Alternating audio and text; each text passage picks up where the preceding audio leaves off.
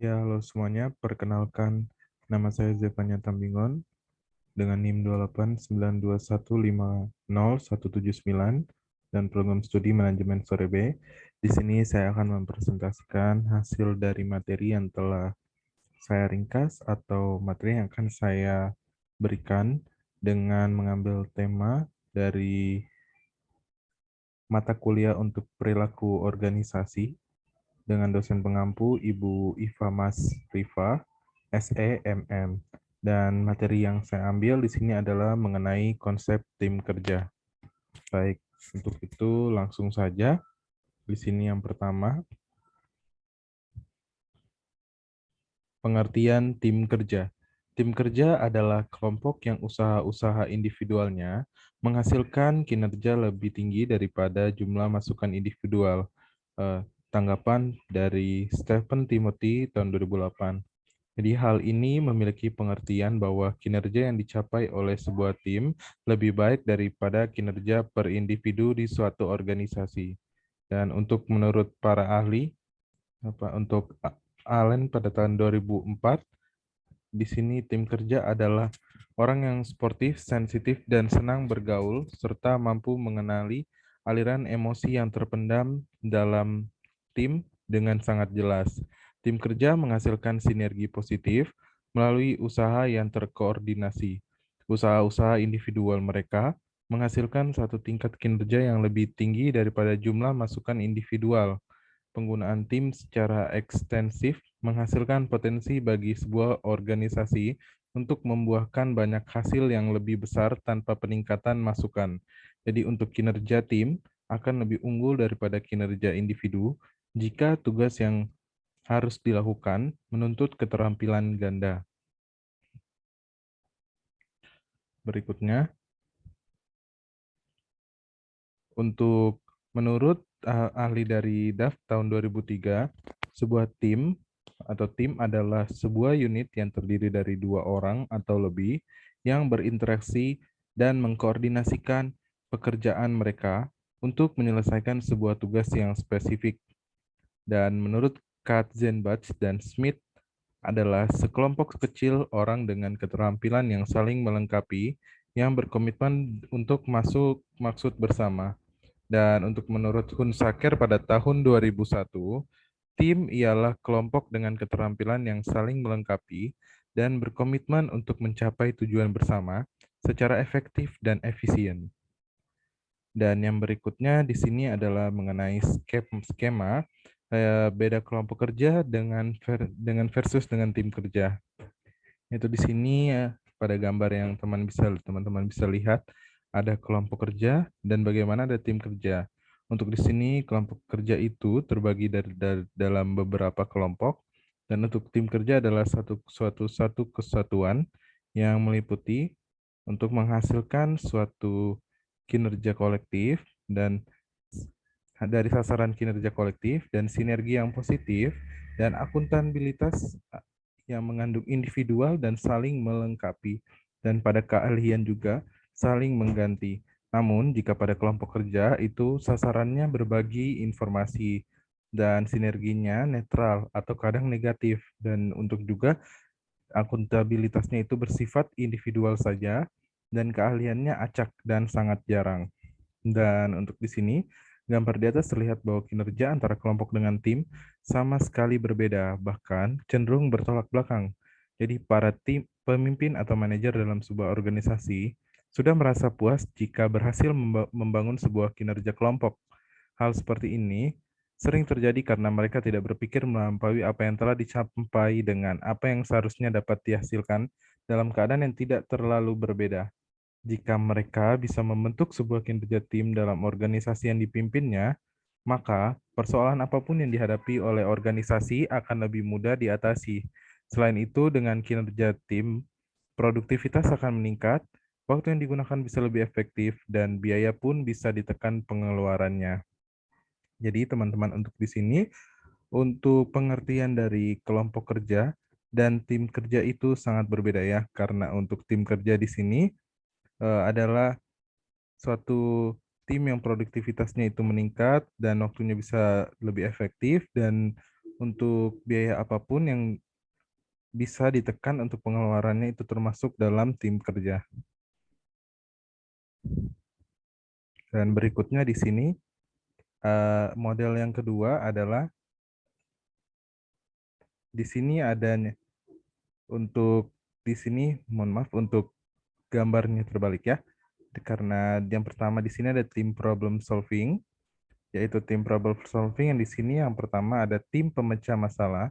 Tim ini terdiri dari 5 sampai 12 karyawan, zaman dari suatu departemen yang bertemu selama beberapa jam setiap pekan untuk membahas perbaikan kualitas, efisiensi dan lingkungan kerja dalam tim pemecah masalah. Anggota berbagi gagasan atau menawarkan saran mengenai bagaimana proses dan metode kerja dapat diperbaiki, tetapi jarang tim-tim diberi kewenangan untuk melaksanakan secara sepihak setiap tindakan yang mereka yang disarankan. Jadi untuk di sini yang gambar yang pertama ada tim problem solving yang diadakan tiap-tiap minggu untuk setiap anggota memberikan atau menawarkan saran mengenai bagaimana proses dan metode kerja yang dapat diperbaiki. Dan untuk yang kedua di sini adalah model tim self-managed work atau di sini tim kerja yang dikelola sendiri kelompok karyawan. Biasanya 10 sampai 15 orang yang memikul tanggung jawab dari mantan penyelia mereka. Tim ini mencakup kerja tentang perencanaan dan penjadwalan kerja, kontrol kolektif atas langkah kerja, membuat keputusan operasi dan mengambil tindakan atas permasalahan. Dan untuk tim ini bahkan memilih anggota sendiri dan menyuruh anggota itu untuk saling menilai kinerja. Jadi yang disebut sebagai tim self-managed work. Dan untuk model yang ketiga, di sini ada tim cross-fungsional, yaitu tim fungsional silang. Jadi adalah tenaga kerja dari tingkat hierarki yang sama, tetapi dari tempat pekerjaan yang berbeda. Untuk tim fungsional silang ini merupakan cara efektif yang memungkinkan orang-orang dari aneka bidang dalam suatu organisasi atau bahkan antar organisasi untuk bertukar informasi, mengembangkan gagasan baru dan memecahkan masalah serta mengkoordinasikan proyek yang rumit. Dan untuk model yang keempat adanya tim virtual. Jadi adalah tim yang menggunakan teknologi komputer untuk mengikat secara fisik secara bersama, membagi anggota untuk mencapai tujuan bersama. Jadi, mereka mengizinkan orang untuk bergabung secara langsung dengan menggunakan komunikasi langsung, di antaranya seperti lokasi jaringan kerja, video konferensi, dan email. Jadi, tim virtual terdiri atas anggota-anggota yang tersebar secara geografis dan organisasional yang terkait terutama oleh kemajuan teknologi informasi dan telekomunikasi. Jadi, untuk tim virtual itu adalah bentuknya secara jaringan kerja, video konferensi, maupun melalui email. Jadi, tidak langsung melalui tatap muka. Dan untuk berikutnya, bagaimana menciptakan tim-tim yang efektif. Di sini yang saya kutip adalah efektivitas tim kerja didasarkan pada 2 poin pertama. Tim berbeda dalam bentuk struktur untuk menggeneralisasikan seluruh varietas tim, tetapi menghindar dengan ketat dalam prediksinya pada seluruh tim. Kedua, mengasumsikan kerja tim lebih disukai dengan kerja individu. Jadi menciptakan tim yang efektif, para individu dapat melakukan pekerjaan yang lebih baik, seperti memecahkan permasalahan dengan sempurna. Jadi untuk komponen utama tim efektif, yaitu yang pertama ada sumber daya dan pengaruh kontekstual yang membuat tim menjadi efektif. Yang kedua, adanya terkait komposisi dari tim. Dan yang ketiga, variabel proses adalah peristiwa tim yang mempengaruhi efektivitas. Berikutnya, di sini ada 3 faktor kontekstual dalam kinerja tim efektif, yaitu teman-teman dapat melihat untuk di sini ada modelnya. Dari model analisis efektivitas tim berikut, variabel-variabel bebasnya. Di sini ada desain pekerjaan yang mencakup otonomi, variasi skill, identitas pekerjaan, dan signifikansi pekerjaan. Dan untuk komposisi termasuk dengan kemampuan, personalitas, peran dan keragaman, ukuran, fleksibilitas, dan pilihan tim kerja. Dan pada konteks tercakup yaitu kecukupan sumber daya, kepemimpinan, dan evaluasi kinerja dan reward. Dan untuk proses mencakup dengan tujuan bersama, sasaran spesifik, efikasi tim, konflik, dan social loving. Jadi dari desain pekerjaan, komposisi, konteks, dan proses, itu termasuk ke dalam efektivitas tim. Dan untuk yang pertama, yang faktor kontekstual dalam kinerja tim yang efektif yaitu sumber daya memadai. Tim yang efektif memiliki sumber daya yang memadai untuk melaksanakan semua pekerjaan dalam mencapai tujuan. Hal ini meliputi pengaruh seperti informasi yang tepat waktu, teknologi, ketersediaan staf, dorongan dan asisten administrasi. Dan yang kedua, kepemimpinan dan struktur. Kepemimpinan adalah kemampuan seseorang mempengaruhi dan memotivasi orang lain untuk melakukan sesuatu sesuai tujuan bersama. Jadi kepemimpinan merupakan salah satu isu dalam manajemen yang masih cukup menarik untuk diperbincangkan hingga dewasa ini, termasuk dalam media massa, baik elektronik maupun cetak, dan juga seringkali menampilkan opini dan pembicaraan yang membahas seputar kepemimpinan. Dan yang ketiga itu, kepemimpinan meliputi proses mempengaruhi dalam menentukan tujuan organisasi, memotivasi perilaku pengikut untuk mencapai tujuan, mempengaruhi untuk memperbaiki kelompok dan budayanya. Jadi, seseorang pemimpin adalah seseorang yang aktif membuat rencana-rencana, mengkoordinasi, melakukan percobaan, dan memimpin pekerjaan untuk mencapai tujuan bersama-sama. Yang berikutnya, prinsip-prinsip dasar kepemimpinan. Di sini untuk prinsip sebagai paradigma terdiri dari beberapa ide utama berdasarkan motivasi pribadi dan sikap serta mempunyai pengaruh yang kuat untuk membangun dirinya atau organisasi. Menurut Stephen R. Covey pada tahun 1997, prinsip adalah bagian dari suatu kondisi, realisasi, dan konsekuensi. Jadi, mungkin prinsip menciptakan kepercayaan dan berjalan sebagai sebuah kompas atau petunjuk yang tidak dapat dirubah. Dan prinsip merupakan suatu pusat atau sumber utama sistem pendukung kehidupan yang ditampilkan dengan 4 dimensi seperti keselamatan, bimbingan, sikap yang bijaksana, dan kekuatan. Berikutnya pada komposisi tim. Komposisi tim meliputi variabel-variabel yang terkait dengan tim menempatkan para staf sampai kemampuan dan kepribadian dari para anggota tim, alokasi peran, ukuran tim, dan keinginan para anggota atas kerja tim. Yang pertama yaitu kemampuan dari para anggota kinerja dari tim bergantung pada tingkat pengetahuan keterampilan dan kemampuan dari masing-masing anggota dalam tim dibutuhkan orang yang ahli dalam membuat keputusan dan problem solving, teknis dan interpersonal skill.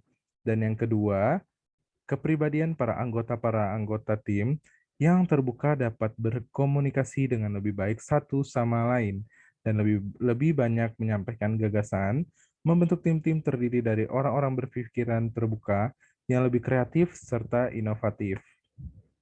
Yang kelima di sini atau yang ketiga, besaran tim-tim, jumlah anggota terlalu besar, yaitu kekompakan dan akuntabilitas mutualkan menurun, meningkatkan kemalasan sosial dan berkurangnya komunikasi. Yang keempat atau yang keenam di sini pilihan anggota, yaitu memilih para anggota tim, para manajer harus mempertimbangkan pilihan individual yang sejalan dengan kemampuan, kepribadian, dan keterampilan. Jadi tim-tim yang memiliki kinerja yang tinggi cenderung terdiri atas orang-orang yang lebih memilih bekerja sebagai bagian dari suatu kelompok. Berikutnya di sini adanya proses tim. Jadi, efek dari proses kelompok akan berdampak pada efektivitas aktual pada kelompok. Jadi, untuk tim sering sekali digunakan karena mereka menggunakan keterampilan yang beragam dari para individu yang bervariasi untuk menghasilkan riset yang lebih bermanfaat dari peneliti yang dikerjakan independen. Mereka menghasilkan sinergi positif dan keuntungan dari proses mereka melebihi dari kerugian dari proses mereka. Untuk di bawah ini, adanya gambar dari pengaruh proses kelompok atau proses tim. Jadi di sini adanya potential group effectiveness atau potensi efektivitas kelompok. Untuk nilai plusnya atau nilai keuntungan proses di sini disebutkan sebagai proses gains. Dan untuk nilai minusnya atau kerugian proses disebut dengan proses losses. Dan untuk kesamaannya di sini dengan efektivitas kelompok sebenarnya atau disebut dengan actual group effectiveness.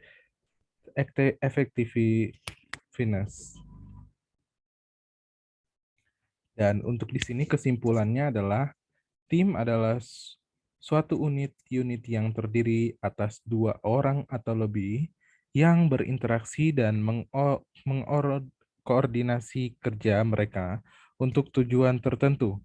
Untuk definisi ini memiliki tiga komponen. Yang pertama, dibutuhkan dua orang atau lebih untuk disebut sebagai suatu tim. Dan yang kedua, orang-orang dalam sebuah tim memiliki interaksi regular. Dan yang ketiga, orang-orang dalam sebuah tim memiliki tujuan kinerja yang sama. Jadi kelompok tidak sama dengan tim, namun kelompok didefinisikan sebagai dua individu atau lebih bekerja dalam tim mensyaratkan para karyawan untuk bekerja sama dengan orang lain. Berbagai informasi menghadapi perbedaan dan meleburkan kepentingan pribadi untuk kebaikan lebih besar bagi tim. Dan untuk berikutnya di sini adanya daftar pustaka. Untuk daftar pustaka di sini mengapa dicantumkan? Mengapa saya cantumkan? Untuk menghindari plagiat atau copyright atau di sini hanya menyalin data namun tidak bertujuan atau pada titik sumber yang diberikan. Baik, untuk itu sekian presentasi atau video pembelajaran untuk memenuhi nilai ujian akhir semester saya dengan mata kuliah perilaku organisasi dengan dosen pengampu Ibu Iva Masripa. Untuk di sini saya mohon izin untuk kurang lebihnya mohon maaf. Saya tutup. Terima kasih. Wassalamualaikum warahmatullahi wabarakatuh.